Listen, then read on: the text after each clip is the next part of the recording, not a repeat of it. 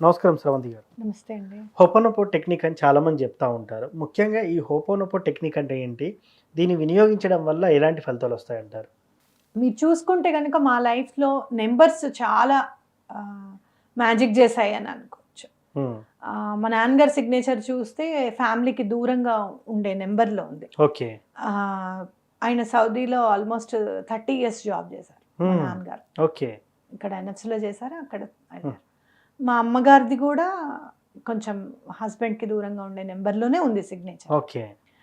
ఆ తర్వాత హ్మ్, నా డేట్ ఆఫ్ బర్త్, అమ్మ డేట్ ఆఫ్ బర్త్‌లో 36 వైబ్రేషన్ ఒకటుంది. హ్మ్. మళ్ళీ చూసుకుంటే ఇంకొక నెగెటివ్ వైబ్రేషన్ 59 వైబ్రేషన్స్ కూడా మా జీవితంలోకి స్టార్ట్ అయ్యాయి నెమ్మదిగా. ఓకే. ఇవన్నీ చూస్తే నాకు అంటే ఆ బాధలన్నీ పడడానికి ఆ నెగెటివ్ వైబ్రేషన్స్ కారణమని ఒకటి. హ్మ్.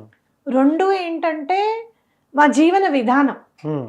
అంటే ఎంతసేపు అమ్మ, నాన్న అవతల వాళ్ళకి హెల్ప్ చేయడంలోనే వాళ్ళ జీవితాన్ని ఆహ్, అలా మలుచుకున్నారు. ఇక హెల్ప్ చేయడం మనం చేయకపోతే ఎవరు చేస్తారులే, మనం చేయకపోతే ఎవరు చేస్తారులే అని చెప్పి హ్మ్. ఎంతసేపు ఇదే వాళ్ళకి. ఓకే. వీళ్ళకున్న నెగెటివ్ వైబ్రేషన్స్, వీళ్ళకున్న బాధలే కాకుండా హ్మ్. ఇంకా ఆహ్, అంటే అపాత్రదానం చేశారనేది ఖచ్చితంగా చెప్పుకోవచ్చు. యెస్. అవును. ఆ జీవన విధానం అనేది అది మిస్టేక్ చేశాము అనేది నా గట్టి భావన. ఓకే. అంటే మనం డబ్బొచ్చినప్పుడు కరెక్ట్‌గా మనం దాన్ని నిలబెట్టుకోలేదు. హ్మ్. ఏజొచ్చిన తర్వాత, ఒక ఊహొచ్చిన తర్వాత మా అమ్మ మాకు చాలా మంచి ఫ్రీడమ్ ఇచ్చింది. హ్మ్. అమ్మ ఇది ఇలా జేయాలి, అలా జేయాలి అని మేము చెప్పినప్పుడు గూడా కొన్నేమో తను పాటించేది, కొన్ని పాటించేది గాదు. హ్మ్. అట్లా గాదమ్మా నువ్వు ఇలా చేస్తేనే కరెక్ట్, లేకపోతే ఇట్లా కాదు అని చెప్పి మేము గూడా గట్టిగా చెప్పకపోవడము. హ్మ్. అంటే ఒక ఫ్యామిలీ అని ఉన్నప్పుడు ఫ్యామిలీ డిస్టర్బ్ అవుతుంది అని మనకు తెలిసినప్పుడు మనం గూడా గట్టిగా అమ్మకి ఏ విషయంలో మనం గట్టిగా చెప్పాలి, ఏ విషయంలో మనం అమ్మ మాట వినాలి అనేది మనకు తెలిసినా కూడా, సరే ఏం చేస్తాంలే కానీ అని చెప్పి మనం కూడా అలా ఉన్నాం. అది మిస్టేకే మనం చేసింది ఓకే. అనేది నా గట్టి భావన. హ్మ్. అప్పుడు మనం ఏం చేయాలి అసలు? హ్మ్. ఈ మిస్టేక్స్ అన్నిటికీ కూడా మనం ఎలా రెక్టిఫికేషన్ చేసుకోవాలి? హ్మ్. DNA ప్యాటర్న్స్ ఉంటాయి కొన్ని. ఓకే. తల్లి సుఖపడినట్టే పిల్ల సుఖపడుతుంది అని. హ్మ్. అవును. అట్లా కొన్ని కొన్ని చూసుకుంటే గనుక మా అమ్మ జీవితంలో ఏ ప్యాటర్న్ అయితే నడుస్తోందో మళ్ళీ నా జీవితంలో కూడా అదే ప్యాటర్న్ నడుస్తూ ఉండేదన్నమాట. ఓకే. దెన్ నాకు చాలా భయం అనిపించింది. హ్మ్. ఇట్లా కాదు, ఈ ప్యాటర్న్ అనేది మనం స్టాప్ చేయాలి అసలు. ఓకే.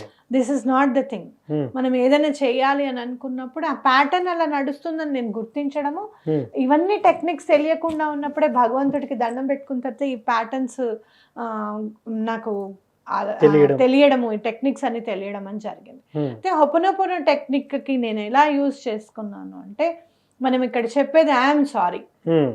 అంటే నేను యూనివర్స్‌కి సారీ చెప్తున్నాను. హ్మ్. ఏమైనా గానీ డబ్బుని వేస్ట్ చేశాము. చాలా చాలా వాటికి అసలు అవసరం ఉన్న వాళ్ళకి, లేని వాళ్ళకి హెల్ప్ చేశాము. చాలా ఒక్కొక్కసారి అనవసరమైన ఖర్చులు పెట్టుంటాము. ఏం చేసినా డబ్బు పరంగా ఐయామ్ సారీ. ఓకే. మా అమ్మ తరఫున, మా నాన్న తరఫున, హ్మ్. మా ఇంట్లో వాళ్ళందరి తరఫున నేను సారీ చెప్తున్నాను నీకు. ఓకే. Please forgive me. హ్మ్. మమ్మల్ని క్షమించు. హ్మ్. I love you. I thank you. హ్మ్. లవ్ యూ అన్నప్పుడు ఎంత బాగా చూసుకుంటాం. అవును. ఒక వస్తువు మీకు చాలా ఇష్టం. హ్మ్. ఒక మనిషి మీకు చాలా ఇష్టం. హ్మ్. ఎంత బాగా కేర్‌ఫుల్‌గా ఉంటారు. అవును. అంటే ఆ డబ్బు విషయంలో నేను ఇప్పటికీ అంతే కేర్‌ఫుల్‌గా ఉంటాను. ఓకే. ఏమాత్రం ఎక్కడన్నా ఒక 10, 20 రూపాయలు తక్కువవుతుంది అని అనుకుంటే గనక హ్మ్. తప్పకుండా ఆధార్‌లోకే వెళ్తాను. ఓకే. ఆ 10-20 రూపీస్ తగ్గించడానికే చూస్తాను. యెస్. కొన్ని కొన్ని సందర్భాల్లో ఎలా ఉంటుంది అనంటే, ఎగ్జాంపుల్ చెప్తాను. 2 ఛానల్స్‌లో ఆటోను బుక్ చేసుకున్నాం అనుకోండి. కార్‌లో వెళ్ళను అస్సలు. అవును. ఎటువంటి పరిస్థితుల్లోనూ ఆటోలోనే వెళ్తాను. హ్మ్. ఎప్పుడన్నా వెళ్తే మా బ్రదర్‌తోనే వస్తాను కారు. ఓకే. అట్లా చూసుకుంటే మనం ఇక్కడ ఆల్రెడీ ఒక దాంట్లో బుక్ చేసుకున్నాం. అవును. దీంట్లో కంటే తర్వాత దీంట్లో చూసినప్పుడు ఇది తక్కువుందనుకోండి, హ్మ్. ఇది క్యాన్సిల్ చేయను అప్పుడు. ఓకే. వద్దులే ఎందుకు మనం బుక్ చేసేసుకున్నాం కదా చూడకుండా అని చెప్పి ఆగుతాను. అంటే అది ఆ! గ్రాటిట్యూడ్. అవును. అవునా కదా? అంటే చిన్న చిన్న విషయాల్లో కూడా మనం చూసుకోవాలి. మనం అనేది గుర్తుపెట్టుకోవాలి. హ్మ్. అట్లా మనం అట్లా ఐ లవ్ యూ అనేది అది. మనం చాలా జాగ్రత్తగా ఉంటాం. ఇష్టంగా చూసుకుంటాము అనేది. హ్మ్. అలాగే థ్యాంక్ యూ. ఓకే. అంటే నా దగ్గర ఉన్నందుకు కదా థ్యాంక్స్ చెప్తున్నా, అవును. మాకు పని అయిందన్నందుకు కదా థ్యాంక్స్ చెప్తున్నా, అవును. యూనివర్స్ ఈ సారీని యాక్సెప్ట్ చేసినందుకు కదా మనం థ్యాంక్స్ చెప్తున్నాం, అవును. నన్ను క్షమించినందుకు కదా థ్యాంక్స్ చెప్తున్నాం. హ్మ్. అవునా కాదు? అవును. ఇంత ఉంది ఈ 4 లైన్లలో. ఓకే. మీరు ఒకవేళ పితృదోషాలతో ఏమైనా ఇబ్బంది పడుతున్నారు అనుకో, హ్మ్. చాలా జాతకంలో చాలా ఇబ్బందులు ఉన్నాయండి, హ్మ్.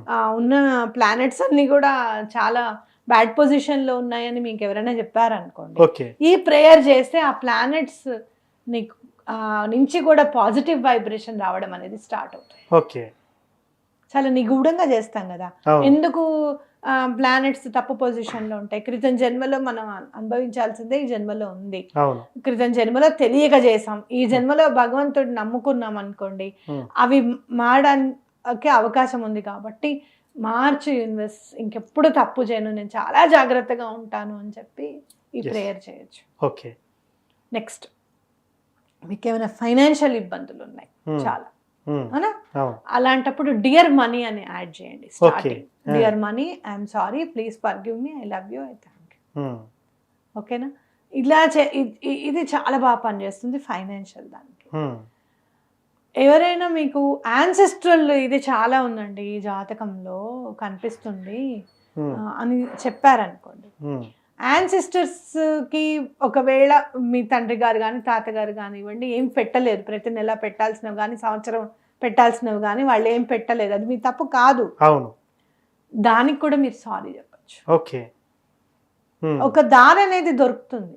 హ్మ్. ఇప్పుడు మన దగ్గర ఏదన్నా ఒక రెక్టిఫికేషన్ చేసుకుందాము అని అంటే మన దగ్గర డబ్బు ఉండాలి కదండి. అవును.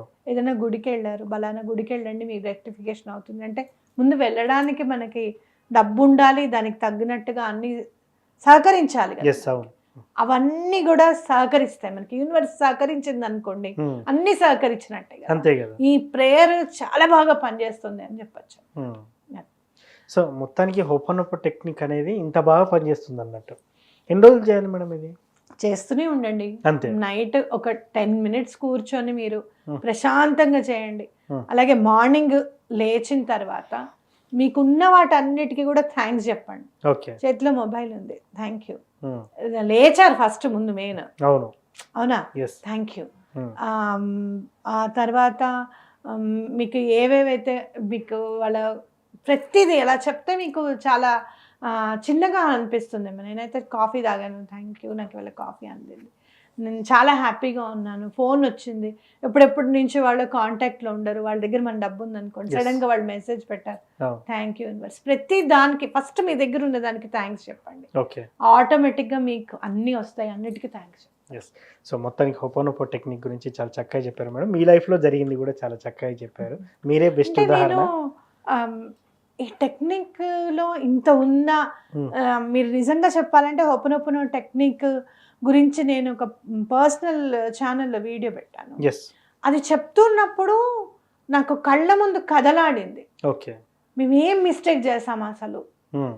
ఎప్పుడు అనుకుంటాం కదండి, అవును. మనం ఏం తప్పు చేసామని చెప్పి భగవంతుడు మనకి ఇంత శిక్ష వేశాడు అసలు అంతే అని కదా. అనుకుంటూ ఉంటాం. అవును. ఈ ప్రాబ్లమ్స్ అన్ని మనకే రావాలి, వాళ్ళందరూ బాగానే ఉన్నారు. అన్నిటికంటే మనం అనుకునే మాట, హ్మ్. వాడు అన్ని తప్పులు చేసినా వాడు బాగానే ఉన్నాడు, నేనేం తప్పు చేయకుండా నేను అనుభవిస్తున్నాను అని అనుకుంటాం. అవును. కానీ నేను గట్టిగా నమ్మేది, కష్టం ఏదన్నా ఇస్తే భగవంతుడు ఇంకొంచెం ఆయనని స్మరించుకోవడానికి మనకి ఎక్కువ అవకాశం ఇచ్చాడు అని ఎప్పుడైతే నమ్ముతామో ఎస్. ఆ కష్టం తొలగిపోయి ఆయన మీద నమ్మకం ఏర్పడుతుంది అనేది గుర్తుపెట్టుకోవాలి. ఎస్. Thank you madam.